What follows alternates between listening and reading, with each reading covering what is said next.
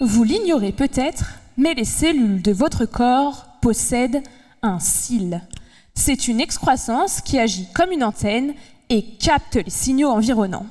Le cil capte notamment une protéine sonique. Et non, ici pas de hérisson bleu super rapide. Sonique est une protéine qui se comporte comme un levier et actionne une cascade de protéines dépendantes les unes des autres. On peut représenter tout ça par plusieurs roues dans un seul et même engrenage. Le bon fonctionnement de cet engrenage est essentiel à de nombreux mécanismes comme le développement des organes ou leur réparation lorsqu'ils sont endommagés. Si une anomalie intervient dans cet engrenage, cela peut aboutir à l'apparition de maladies. Dans ma thèse, je m'intéresse à cet engrenage, mais dans une maladie pulmonaire particulière. Est-ce que vous connaissez la bronchopneumopathie chronique obstructive, ou plus simplement la BPCO ? Non ? Et pourtant, c'est la 3e cause de mortalité mondiale et elle touche plus de 300 millions de personnes, l'équivalent de la population des États-Unis. Dans cette maladie, je regarde chaque roue, chaque protéine pour analyser leur bon fonctionnement. Je recherche uniquement celles qui sont défaillantes. 2 possibilités. Soit la protéine est diminuée ou absente et entraîne l'arrêt de la cascade, soit la protéine est présente en grande quantité et entraîne son emballement. Et dans les 2 cas, ce n'est pas bon signe. Et en pratique, ça donne quoi ?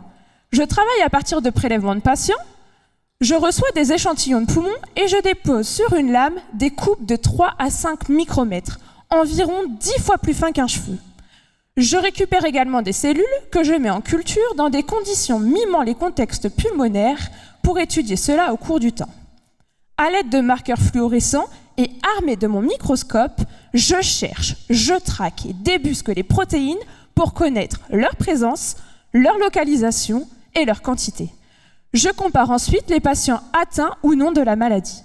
J'ai pu remarquer que parmi les 14 protéines connues de mon engrenage, 3 semblent défaillantes chez les patients atteints de la BPCO. Après les avoir identifiées, je vais pouvoir ajouter ou retirer ces protéines à mes cellules pour observer l'impact sur le poumon. Cela me permettra de savoir si mes protéines sont la cause ou la conséquence de la maladie pour orienter leur utilisation, un peu comme remplacer la roue défaillante ou mettre de l'huile dessus. À plus grande échelle, ces protéines pourraient un jour être utilisées pour détecter l'apparition de la maladie ou comme cible pour le développement de médicaments. Avec tout ce travail, j'espère vous avoir pris dans mon engrenage. Bravo Laure, merci.